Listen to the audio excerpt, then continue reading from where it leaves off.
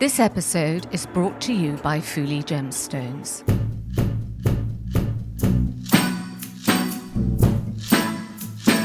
It was not easy to speak my own voice. I had worked for so many different, very strong designers before that I didn't really know what was my personal part, what was the part of the company I was working for. So it took me 2 or 3 years to find the way I wanted to do it. It was not easy. I'm Carol Woolton, the voice of jewellery. Welcome to If Jewels Could Talk. I'm an author and broadcaster, and the woman who initiated the role of jewellery editor at magazines like Tatler and Vogue. This is a podcast for everyone, for people who do like jewellery, for people who don't realise they like jewellery, and anyone intrigued by fascinating facts, new ideas and forgotten histories. So join me as I tell sparkly tales and meet all sorts of people, delving into 4 centuries of jewellery culture and investigate what's happening now.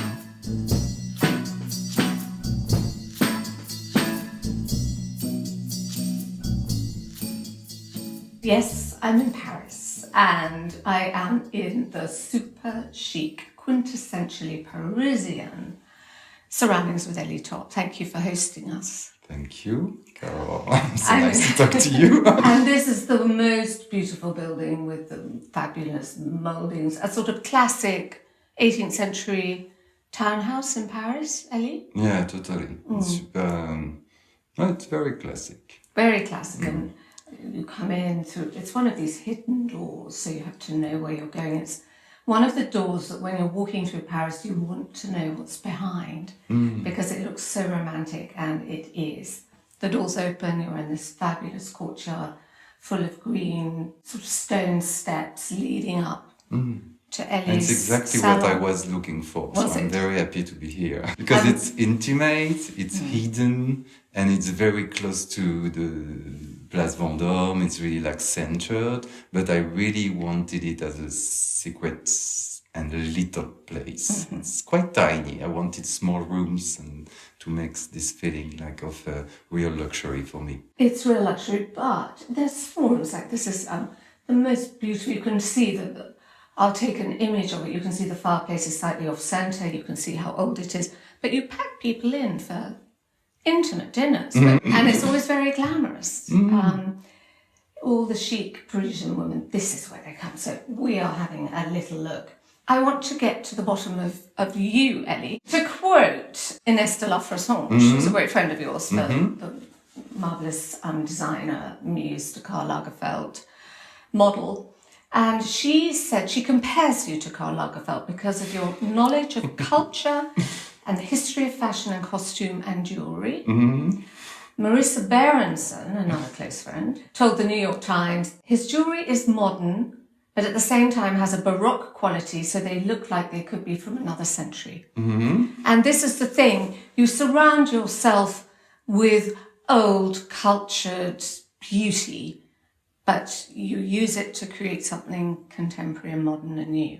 I'm very grateful to my friends because I think Ines exaggerates a little bit. I don't have the cultural level of Karl Lagerfeld, but there is a sentence he used to quote all the time from Goethe, which I really want to make mine, that you have to, with the element of the past, and you have to use the element of the past to create the future, anyway, to make a better future.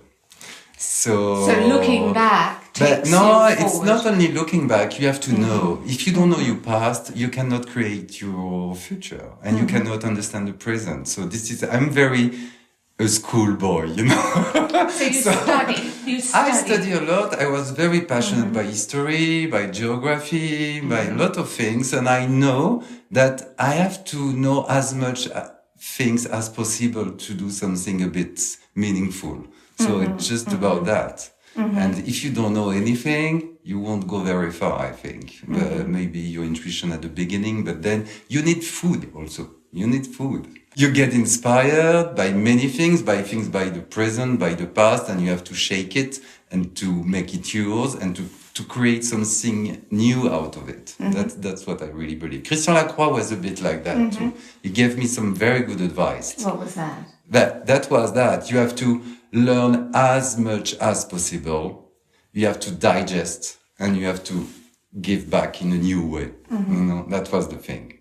Because there are not many designers that get compared to their work gets compared to sort of Middle Ages and punk rock. This I don't know where it came from. But So they're not obvious things to go together. no, but I try to put many things together. That's true. That was the beginning when I started, because I'm attracted by some very opposite aesthetic, I would say. Many times I've been like really much more into like 30s radical aesthetic, like when they really cleaned everything, especially in jewelry. We are talking about Jean Després. When I discovered those designers, I was maybe 20.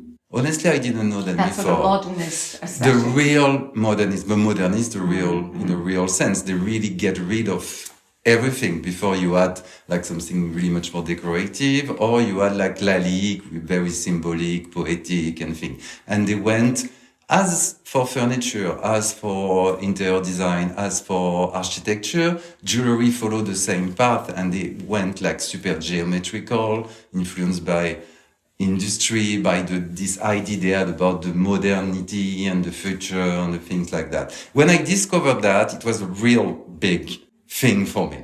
You know? I was like, whoa, so this can be possible. It's really something totally radical with such a creative integrity. And they were not talking about stones. They were not talking about money. It was really something about pure design. It was super interesting. And so I've been very, very influenced by that. But in the same time, I'm also very fond of Lalique, or very fond of 18th century. And I love like decorative and flourishing thing and Baroque and or medieval thing. So when I started, I was like, so what I would love to do is try to put all my influences together in the same piece of jewelry. That's how it started. So I guess what they have in common is they're very strong. They have a strong idea and a strong point of view, whichever aesthetic you're looking at. Yeah, maybe. They have a line. But where did you start? Was there anything in your upbringing? I mean, you were brought up in the northern French countryside. Yeah. Was there anything in your upbringing that led you to fashion and jewellery? In my childhood? Yes. Yes. My aunt. Not really my parents. Okay. To be honest, I remember a sentence my father told me. Because my parents, they were more like hippie-like. So they wanted to be like super... But it influenced me also in another way. Like hippie. Oh, hippie. They were hippie. No, they wanted to. we were So how just does that look? How does But that it was look? a bit strange because we were very properly educated, and in the same time we were allowed to paint on the walls. Okay. You see, so it was like we were like bonjour madame, bonjour monsieur, and then we could be barefoot and do a bit like Kind of artistic boho. thing. Yeah, but they really didn't care about fashion at all. It was even not very well seen. You know, it was something like that, superficial and stupid. But then my father told me, when I told him I want to work in fashion, he was like, well, okay, it's better that than to work on atomic bombs. So, okay, you can do So that. it was just one up from working on an But atomic his bomb. sister, my aunt, I'm still very close to, was very, very fond of fashion. So I suppose I've been very impressed and influenced by her at the beginning. Who did she wear? Did she wear designers? Yeah, she was wearing designers, and she was very disciplined. She could have been like a very couture client in the old way, like an uptown lady, you know. But it was in this small village, which was very eccentric, because she was always like absolutely impeccable and perfect. But wearing at this time, it was late 80s, so she was maybe in Thierry Mugler suits with very, very high heels and big earrings, clips and big cuffs and things like that. Amazing. And every day was a new story. Wow. And she was dressing for who? for herself. to buy the croissant. Yeah, exactly, but really for herself. Amazing. Obsessed. She was obsessed. Yeah, and that's how also I started to discover the fashion magazine, because at this period it was the only way to got some information on fashion. So we were reading Vogue, L'Officiel, and many more that maybe disappeared, even like French, like Jardin des Modes and Joyce and all those Dépêche Mode. There were a lot of magazines in this period. Marie Claire, and so I was like eating all of that. And traveling to see things? Were you traveling with your family? I started to travel with her when I was With very your young. aunt. Yeah, she took me to Italy. The classic way. I went to Rome when I was did a grand 9. tour with your aunt. I started the grand tour at 9. When we went to Rome. And then we went to Venice, to Florence, all this type of thing. Because before being interested by fashion, I was really much more interested by architecture.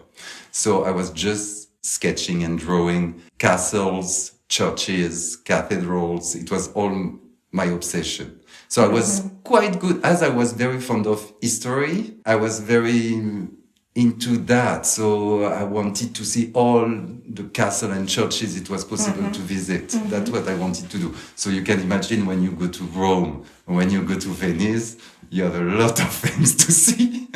So that was really, really my first passion. So your aunt was encouraging you Yes. into a very sort of cultured way, and was she thinking it was a good idea for you to go into fashion? Well, no one really questioned it. No one did. And your father went along with it. So was your aunt your father's sister? Yes. So they were very different. Oh, wait, she is like an ovni. Totally different planet. And then we were coming to Paris also, of course, because she wanted to make some shopping. Okay. So I was coming with her. I was very happy.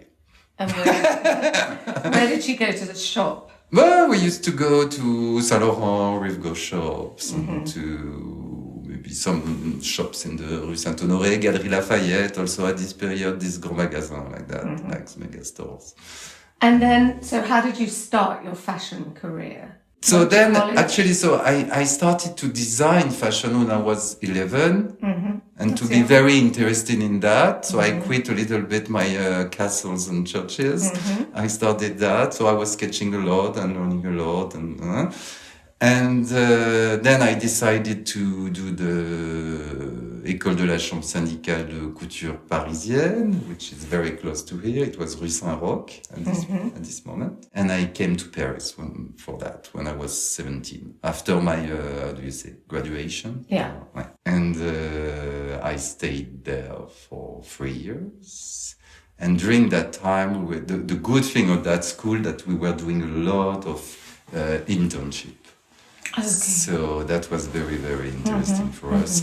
And so I went to Christian Dior a lot during those years with Gianfranco Ferré when he was doing Christian Dior. Then I went for 2 months at Christian Lacroix for the haute couture. And just after, I entered as an intern at Yves Saint Laurent. And that's how I started. And that's where your life changed. Yes, exactly. Because they proposed me to stay, so I even didn't really finish the school, find a job. So what did you do in your internship that made them want you and realize that you had a role there? Sketching. It was sketching. Yeah. And your ideas of what No, not at all. I was a good illustrator. Because they wanted... it changed so much. It's so exotic now that just to think that we were supposed to resketch everything. It was not photographs. So all the passementerie, jewelry, all the bags, and really in detail. So we had the bag in front of us and we were supposed to redo it. We had the jewelry in front of us and we were supposed to resketch So the it. passementerie is all the accessories. I mean, with all the threads, and Lulu was doing all those handbags and belts with all those tassels. So they were colorful. made. They were made. Had... We had to resketch it. So that was one of my jobs for the archives, and even for the books, for the showrooms and things. Maybe they liked me. I don't know. They were a bit like having type of, I would say, crush on people. And that's the way they were functioning. They were like hiring people just because they liked them for a certain thing. So sometimes it was really eccentric, we will say now, but maybe they had a good instinct. Saw something in people. Because they were not really questioning you or whatever. What were you wearing for your intern? Were you dressed I up was every super day? classic. I always been, but I knew because I had been warned that I had to be very classic to be there. Because Monsieur Saint Laurent, it was a bit the end, to be honest. But they really wanted people not to make any waves, So it was, you just had to have a jacket, shirts and things. But I was already like that. So to me, it was really super easy. Maybe they were looking for someone I was general assistant, so I was also taking care of the fabrics. I was like sketching a little bit. I was working also as an assistant to Jean-Paul Notte. He was one of the assistants of Monsieur Saint Laurent. And I was working on children licensing. I was doing many different things. So you learned all kinds of different aspects to but the also, business. I had the privilege to be in the studio, which is, we don't realize really what it was. But the studio, as you can see in the foundation now of the museum, that was that room where he was with everyone. So it was the working room to make fittings, everyone was there. But the studio, it was 10 people. But it was really like the Olympe, If you were not working there, you were not allowed to enter into the room. Really, you had to knock and... You had lights. No, you cannot knock even. No, you have to call someone who is coming out of the room and talking to you. It was like a church. Everyone was like... And you were allowed in there. So I was allowed to be in there. So then... The inner sanctum. Yeah, exactly. He was there. Madame Munoz was there. She was the studio directress. I was there. I was very impressed. I was not really scared. Very impressed. How old was Yves Saint Laurent at that point? 60 maybe. And how was he? How did you find it being around him? To me, it's one of the most impressive person I ever met. Really? Even in the way he was, because he was not really like... It was very impressive. Everything was also made for that. That's so the strange thing. What was impressive? Was it his decision-making, his creativity? Just the aura of the character. And something like really so intense also. Even the way that he was a bit destroyed and thing was very impressive. And the silence of this person, because he was talking very few words. Mm-hmm. And it was like, I don't know how to explain. But everything was made to create this atmosphere. He was really like the sun, and the rest of the people were just like satellites around. And the atmosphere was a bit like the Habsburg of Spain, Everyone was like this, and it was like... Trying to get nearer to the sun. Exactly. But also what was interesting, and that's what I got later, that's what I'm very grateful for, it's that they let me watch. That was as if I were at school. That was the privilege I got. And where do you think accessories, jewelry came in his thinking? In Yves Saint Laurent's thinking? The way it was working? What did he say? It's important to have the accessories, it's not important. Fashion, obviously, first. I wonder what was his thinking about it?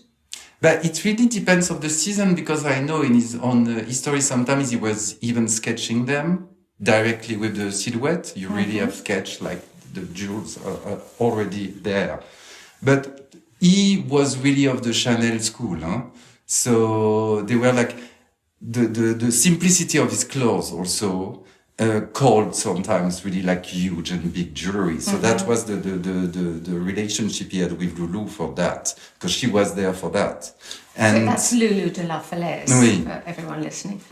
Who was incredible, wasn't she? Incredible. Not that I met her, but no, she was really fantastic. But he really needed her for that. And she was in the inner sanctum. Of course. Where did she They sit? they were kind of Holy Trinity. Because it was during the fittings, when he was doing like the first fittings, second fittings with all the toile for the couture and things. So it's a long process. They were always sitting the third like this. So he was in the center behind his desk, 2 chairs, one for Lulu, La Falaise, one for Anne-Marie Munoz. And they were like that, watching in the mirror, the model walking. And then you comment, then you change, then you try things. That was like that. Then you choose the fabric, then you go ahead like that. Mm-hmm. And then Lulu would come up with a design if you said this needs a necklace or it needs something. It was later. Mm-hmm. No, she was also working on the clothes by themselves. Mm-hmm. She was proposing fabrics, colors, things. Okay. Would you like that? What do you think about that? Maybe you would like this. And especially sometimes it was a bit down or depressed. So she had this very hard job to make the life lighter.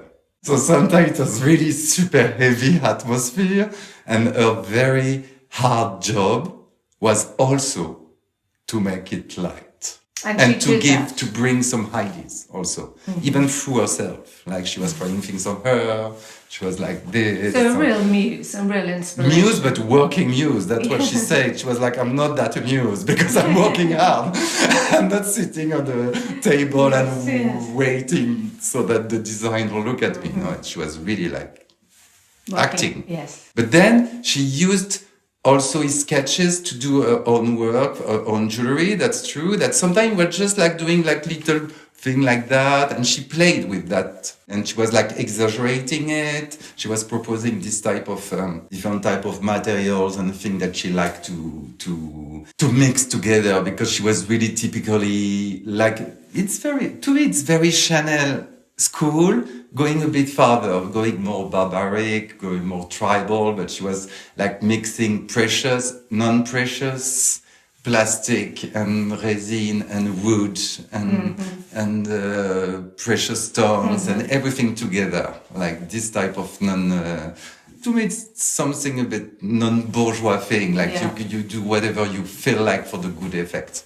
But you had to be quite confident, I think. You had to have a confident style to wear her pieces to make it all work. The way she put it all together was just amazing. Not everybody could do that. Yeah, it's true. But it was also, she was a type of trap.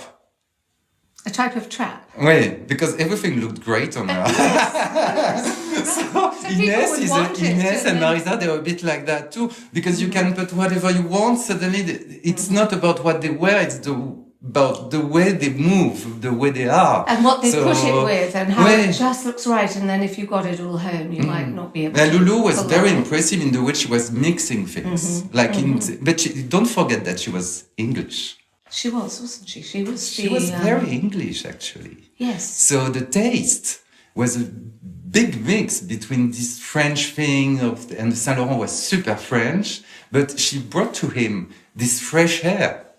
And this bohemian, the shabby chic that this family invented in a way, like they were very Bloomsbury, they were very, they had this type of... Very artistic. Yes, artistic that's family. what she brought. She brought like this, nonchalance, easiness of things that you just kind of make it chic in a much more easy way. So you were just absorbing all of this. Yeah.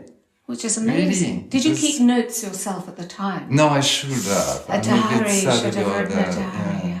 But about the jewelry also, what he liked a lot, and that's the funny thing, I think, but I don't know the translation.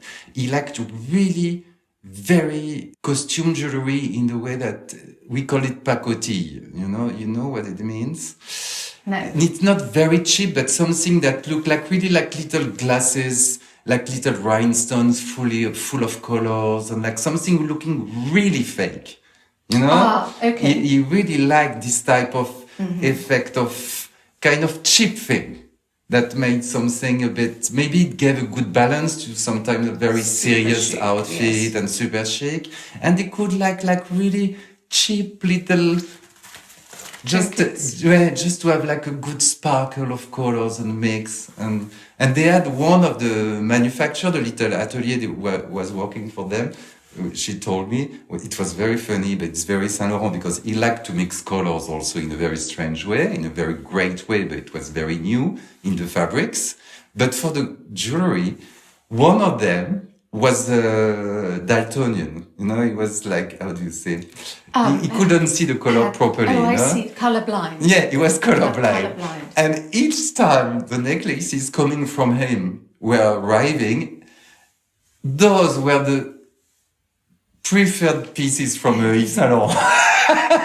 It was like, oh, this is so great. And it was so weird and so awkward what the guy was doing. That's a very funny thing. And it's there that you met Elbaz. At the same period. Because was Alber in the inner sanctum? No, Alber was called by Pierre Berger to design the ready-to-wear. Okay. And the Rive Gauche collection. So Saint Laurent continued to do only the haute couture collection, and Alber was doing the ready-to-wear collection. And they proposed Loulou de la Falaise. I just arrived, and it was maybe 1 year later, so I was 21 or something like that. And it was really the beginning. And Loulou told me, you know, our side is a bit like, it's getting old. Maybe you should join the Alber's team. And so I met him. He kept me. I've never, to be totally honest, I never knew if he was obliged to take me or if he really chosen to take me because I was so young, you know, he didn't really know what to do out of me. But you worked with him for 15 years. Later, yes. So he did like you. I think you could say he did I don't know. The beginning was a bit awkward because I know that maybe, and suddenly he had no one to work on accessories, really like on jewelry also, on costume jewelry, and it was a big part of the Saint Laurent thing. So he just tried with me. That's how it started. He told me, try.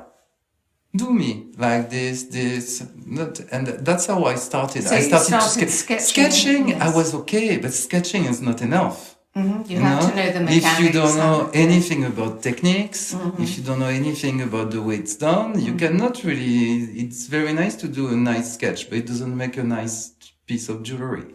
So I really started to learn with those costume jewelry workshops. That's how it started. A lot of the great jewelry designers learned on costume.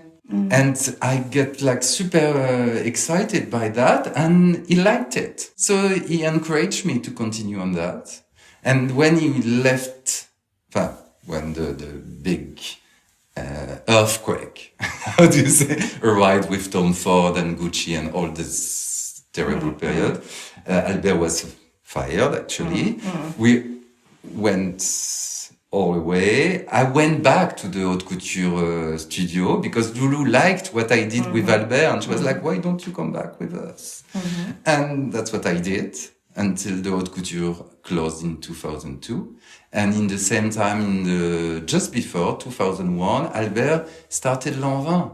And he called me and was like, do you want to come with me? I was like, yes, for sure. Timing was perfect. Yes, I've been very lucky. And L'Envin was so instrumental, weren't they, in making costume jewelry something that everybody wear with the pearls. And the fabrics. Yes, the pearls and the fabrics. Were you responsible for that? That's how it started.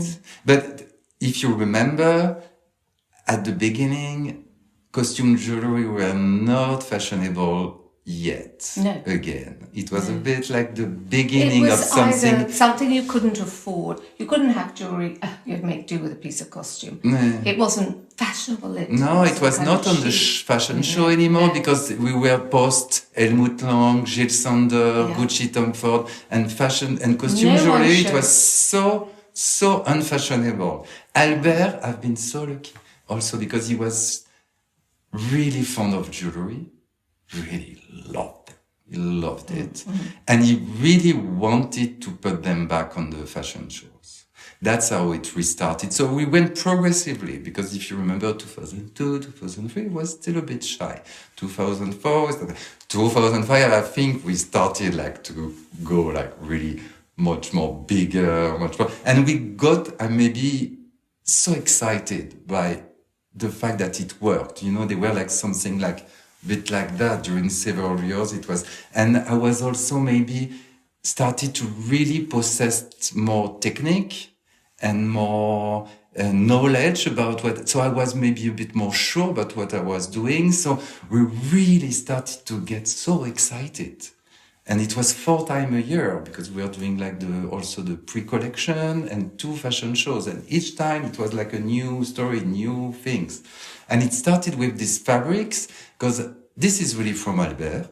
Because he was like, Lanvin is not a great accessory house. You know, we cannot compete with Gucci. We cannot compete with Hermes. We will never be there. Lanvin is a great ready-to-wear fashion house. So we will put fabrics everywhere. We will put fabrics in handbags. We'll put fabrics in the shoes, and we will use fabric with the jewelry. That's how it started. And everyone was wearing it. Yeah. And it kind of made pearls Cool again, also. because they had been languishing in people's stores. No one had been wearing them. Nobody wanted to wear them.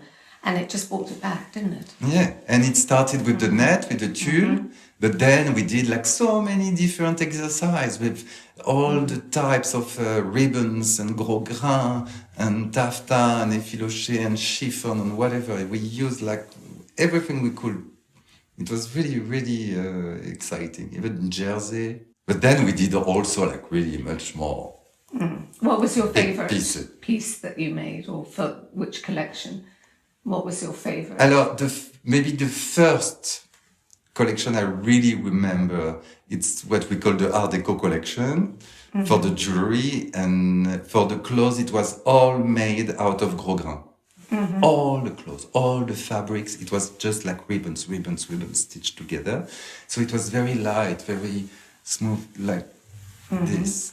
And we did like really chunky, big, geometrical, heavy, like anchors. But the jewelry were really, really very constructed. It was a bit like the balance of the clothes, you know, like there was something a bit the opposite of it. And it was made out of big Swarovski crystal pieces. And mix of 2 tons of color of metal, and it was looking like really neo-art deco pieces. And we used, because I couldn't find the proper crystal, because it was difficult to find like pieces like this. And I found it, Swarovski was doing all those pieces for the bathrooms. Doorknobs. And those noodles for all those things. How funny. So I used that and introduced them into the jewelry. So it made like enormous curve, enormous necklace. So this was a bit my first like really strong collection, but it was not that wearable because it was They're heavy. So then I worked a lot on the weight. That was the big problem when you want volume and lightness. And progressively it became better. And when we did the eagle, I don't know if you remember that collection. They were like eagles, snakes, and big crosses like that. And this, maybe it's one of my preferred for the way we achieved it, the way it was done also. And then in 2015, you wanted to start fine jewellery. Yes. Had you been thinking about that for a while? Yes. Long time ago. Because what, you wanted to create some things using precious to make it last? Yes, I wanted to disconnect from the fashion show also in the beginning. Because that must have been exhausting. Very exhausting, and I thought maybe creatively I had done, the circle was a bit closed. You know, I didn't know really what I could bring new into that. I had the feeling of maybe try something a bit. But the thing is really, I wanted to talk by my own, I wanted to talk my own way, you say? Do your own thing, Yeah. really, yes. And I wanted to do something a bit more, not timeless, but would last more. And to be more precise, to go farther. And because I was always a bit frustrated by the fact that we were redoing things every 3 months, and it was not as achieved as I would like. And I thought if I start working on precious thing, it will be totally different, and I will work on it if I want 2 years. And it will be really as sophisticated. That was also a new field for me of creativity and things that I wanted to explore. And have a new challenge. Exactly. So, And a big challenge, because it was not easy to speak my own voice. I had worked for so many different, very strong designers before that I didn't really know what was my personal part, what was the part of the company I was working for. So it took me 2 or 3 years to find the way I wanted to do it. It was not easy. and did you have an idea of what you looked around and saw in fine jewellery, how you wanted to do it differently? No, it was more spontaneous than that, actually. My main thing was I wanted something very designed. It was as personal as I could. It's the only thing I can say. I don't know.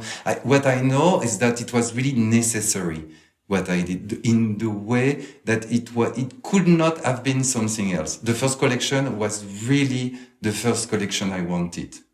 It was really what I wanted to show first. Then it's like step by step, you know. And it was all about, it could not have been more personal. And then I think I was a bit too naive because I had no business experience at all. So I even didn't really anticipate what it's gonna be, you know. I wanted to do it. I started to do it, but then you learn when it's not easy. And buying the stones, buying the stones is a whole new expertise. Totally. But then it came later, really much more later, those stone story. Because that's not what I wanted to say first. Yes. I was like, everyone has stones, everyone is showing that. So if I want to be different, if I want to exist in a way, because we are a lot, there's a lot of good designers also, and young good designers and new designers, there's a lot of things. So you have to try a way to be, would you say remarkable? No, not remarkable, but noticed.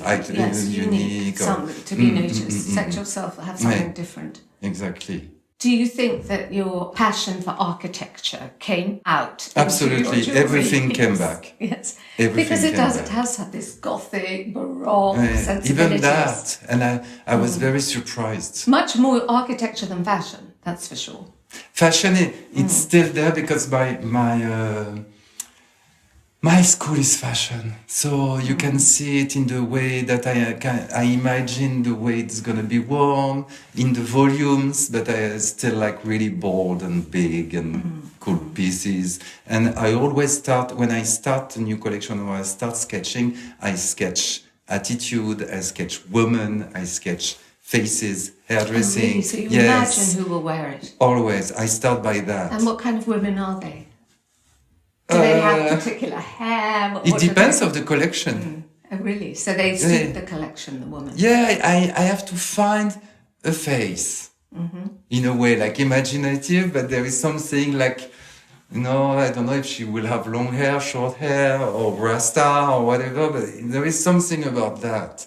So I start to sketch like that, and then I go more precise, deeper into the real shapes and things. It's more about this attitude and allure I need to find first. And you like dark metal, sort of. I like mixed metal. Mix, yes. I mean, not shiny yellow gold. It's always mixed with something. I need to mix it because I use the dark silver as a background to make it more graphic, and to also as it gives this feeling of you don't really know when it's been made because it looks a bit old. Yes. It looks, you see what I mean? To mix those time, it's the time capsule that I like. Yes. And it's been created by this distressed silver. It kills the dating. That's what I like. And I don't really like very shiny pieces, like plain gold thing. I like when it's a bit like under, so it makes it a bit more strange. Yes. That's what I like. And now it became a kind of trademark, so I really use it all the time. Yes. And it makes it more difficult to make. And so you're sketching the women, and where do you sketch inspiration? Where does the inspiration come from? Or from your reading does it come from all the things you're reading and noticing? It's a mix of so many things. It comes from objects, it comes from songs, it comes from books. Songs. So what would But for instance, La Dame du Lac, the medieval, the neo-medieval, the Lady of the Lake story. Yes. I don't know if it comes from, but the atmosphere was really about Joan Baez. And I was listening to her all the time when I was sketching that. And it started with her because she was kind of a troubadour, Elizabethan singer sometimes. She's really have some version of folk poetic, like very simple, just a guitar, a voice, and a poem, English poem, like The Queen of Hearts, which I really love that song. And it could have been, it's a bit the song of that theme. Mm-hmm. So that was also, it was her voice. Mm-hmm. But it was also then the Shields, then the Knights, then Aubrey Birdsley, a lot of pre-Raphael, like Burne-Jones. Pre-Raphaelite artists. It was much more from that. Yeah. It was very British, actually, this day. White, pale skin. Yes, yes. Do you ever show people your sketchbooks? No. Do you show them to clients? Sometimes, but then I have pictures, I'm a kind of messy thing, I need elements all around. Mm-hmm. Also, I like objects, I like my kitchen to get inspiration, because I'm mechanical, So what objects in your kitchen? But classically, for the first collection, for the Mécanique Céleste, my big inspiration is really like the sugar pot.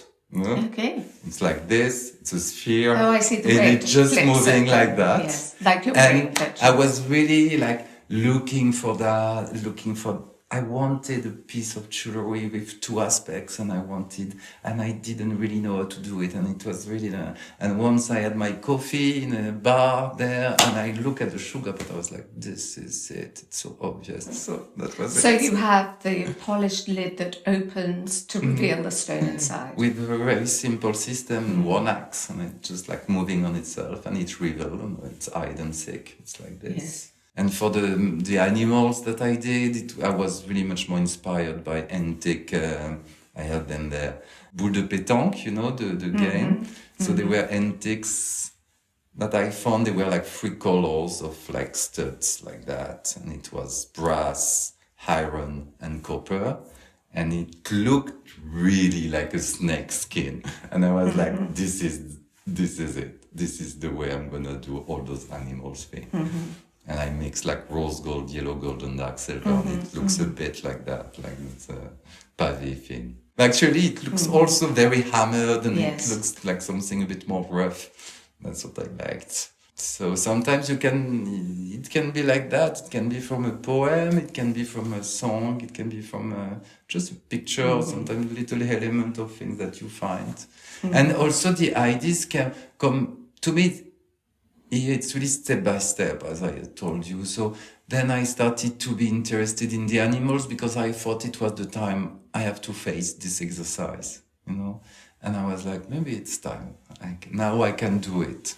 So I will propose my vision of animals in jewelry. So maybe next time, I don't know, I will do like flowers or, all those, because they all exercise for me. It's really classics. So you have to face them. And find a new way to do it. And you like galaxies and celestial ideas? Really, that was really the beginning of my work, was all about those planets and armillary spheres, and because they were this mechanic thing that I wanted to reproduce also, so it was moving, it was describing kind of little universe and planets. It was kind of poetic and dreamy. Even if the strange thing is that I'm super scared by the space. I can't think about it. Oh, really? Because I imagined you'd be somebody who would want to go to space. No, I hate it. I did it as a conjuration, just as if I had to face something. I realized it later that it's one of the things I'm the most scared about. Black holes. Oui, the infinity of the thing, and it's all the questioning, it's super metaphysic. Then you're like, it's the big why, it's just like, it's all about that. It's about God, it's about the infinite, but you don't know. So it's really scary. And I did all my first collection about that. So will you go back to that subject? I continue. Yes. I develop like new pieces in the same theme. Everything is continuous side by side because to me it makes it's the same story in a way. So your kinetic pieces, where you sort of flip something over and you'll reveal a stone, do you think that's also playing with the precious idea that some of your clients might want to wear it all day and they don't want to show a stone in the day? Wait, it came up like that, but it was not my first intention. I did it and I still do it.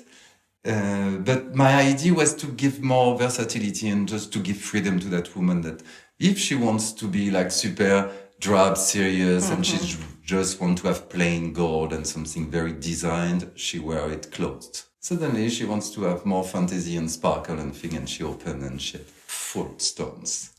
But it's true that finally you can also just hide it. If you feel insecure, you can hide it too. And it's very practical. It's playful and practical. Yes. And I like the contrast between the fact that when it's closed, it really looked postmodernist, I would say. When you open it, it's almost like a vintage engagement ring that you got from your grandmother. And what's the biggest difference, take away the precious stones, the biggest difference between designing costume to fine?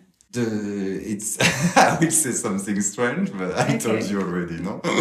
To me, it's really much more complicated to do costume jewelry than fine jewelry. Really? Yes. Technically, yes. That's so strange. How come? Because in high jewelry and fine jewelry, when you're on precious, you have no boundaries, technically, almost. If you can afford it. Yeah, you can put everything together like almost very easily. And so it's very exciting. When you do costume jewelry, you have so many problems with the cheap metal you use, with the mix of colors of metal that you cannot do because they're deep into colors before, so you cannot put them together properly. When you have all those glued stones and all those weights, and you cannot imagine it. It's like night and day. So you fairly recently did a collection for Zara of bees and sunflowers. Yes. And so that's more complicated than making one of these beautiful, the sort of ring, double ring. No, it's not easy, but maybe I'm not right. But I find I have more. I know that if I ask my workshop today to do that, he will tell me, yes, you can do it. When I was working on costume jewelry, I had so many rules and things to have in mind that was not possible to do. That's very interesting. Usually I sort of feel that there are more rules than fine and what you use diamonds for or what you can do. And the costume's like the world's your oyster. But that's not true. But it's not true technically. Right. Then the taste, the thing, the boundaries you give to yourself, well, this is something else. But technically, to me, it's not the same at all. And the big problem, my big, not big problem, but now the when you do precious, it's the price. It depends if you can afford it or not. And do you have a boundary of what you think a piece of jewellery should cost? Or do you think it just depends on the client? No, I never thought about that. Never thought about it. You make what you like and then you price it. Then I'm not super expensive. Let's say that I want women or men, because I also have men clients, I want them to wear the jewelry. So my intention is also to make wearable pieces, but also affordable pieces in a way that you won't be afraid to wear them. You see what I mean? If you have like 5 million, 10 million, and I'm just to think that they will end in the safe. To me, there's no point. Wear it and wear it cool. To me, most of the time, I imagine it. To me, it's like sweater, t-shirts, and the way people are dressed now, like really much cool, more like casual than it used to be. And when you have a good chunky piece of jewelry, it gives you like the allure you need. So then it's easy. It's not obliged to be at the evening. And one quote that you said, you can't be submerged by the preciousness of a thing. If wearing jewellery means losing your freedom, it's hell. Oui, exactly. It's got to be relaxed and fit and Of course. comfort as well. Yeah, it's a big part of it. Yeah. So we're here in Couture is beginning to be shown in Paris. Are you so happy that you chose jewellery above fashion? Oh, oui. I don't want to seem too, not pretentious, but I know I was meant to do that. Mm-hmm. I understood it. So it led you have to live you have to get the things when it happened in your life, no? Mm-hmm. And I took my chance. I would say maybe, thanks God I met Alber at the beginning, but maybe I would have done it anyway. I don't know. But when I know, what I know is when I'm sketching jewelry, I'm doing exactly the same that when I was 8 and I was sketching a castle. Exactly the same thing. Because I was sketching, and I realized it once when I was 30 or something like that. Suddenly I had this, like, Proustian moment, I don't know. I had this superposition, of myself as a child and myself now. I was sketching like super precisely, and I was doing all these little things and details of things. Because I'm not computer at all. And suddenly I just saw myself when I was 8, you see what I mean? And I was like, actually, I still do exactly the same thing. I haven't moved from that to that. It's just like, it's super coherent, actually. And when I'm working on my jewelry, I worked on little buildings. I'm building something. Even if it's like this. It's just it's an elevation of a little building. Something like stone by stone. Constructing. Oui. Your talent, that's your talent, and you've been lucky enough and clever enough to take it and use it in a way that you want and that is successful for you. Well, then you have to live the life, lead you sometimes. Are you working on a collection right now? Yes. And what is that? You can't say that. When will that come out? No, I work on some special pieces for the pad in London. Okay, that's in October, yes. But these are more like type of variation of pieces I've already done, but in a different way, like much more colorful. But the big new collection will be in January. Launch 25. over Couture. Yes. And 10 years. Wow, congratulations. Elite of 10 years. And what will that be? I'm still hesitating. Okay, so when have the pieces been made? They are being made. They are being made. I worked on it since 1 year and a half, and it's another side of my aesthetic I've never shown yet that I wanted to explore. It's very precious. That's exciting. We look forward to it. Kind of. There is a little optical game. Okay. Optical game. I like that. And I personally can't wait to see some flowers. This will be in 2 years or 3 years. That could be funny to do. I would love that. I will have to face it once. It's like a butterfly, or I don't know. Sometimes you have to do that. It's not easy when you know all the butterflies or all the flowers that have been done. Then what do you do? Well, we're looking forward to it. Elie, thank you very much for allowing us in, and I'm going to take lots of images that will be up to go with this so people can see more closely your work. Thank you, Carol. And thank you very much for having us. Thank you to you. And sharing your fascinating career. It was a great conversation. I was very happy. Good. Thank you. C'est bon?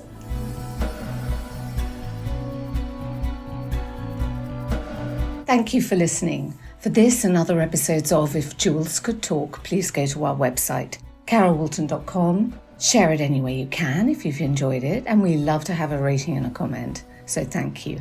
We're on YouTube and at Carol Woolton on Instagram, where we try and keep you updated with images and videos of the people we've been talking to. So join me again in 2 weeks for the next Jeweled Nugget. Did you know that there's a university for jewellery? Well, join me in 2 weeks and you're going to hear all about it, and it's pretty fascinating. So join me again in 2 weeks, and thank you for listening. Bye-bye. If Jewels Could Talk with Carol Woolton is produced by Natasha Cowan, music and editing by Tim Thornton, graphics by Scott Bentley, illustration by Jordi Labanda. You can find our sponsors at fullygemstones.com and me at carolwoolton.com.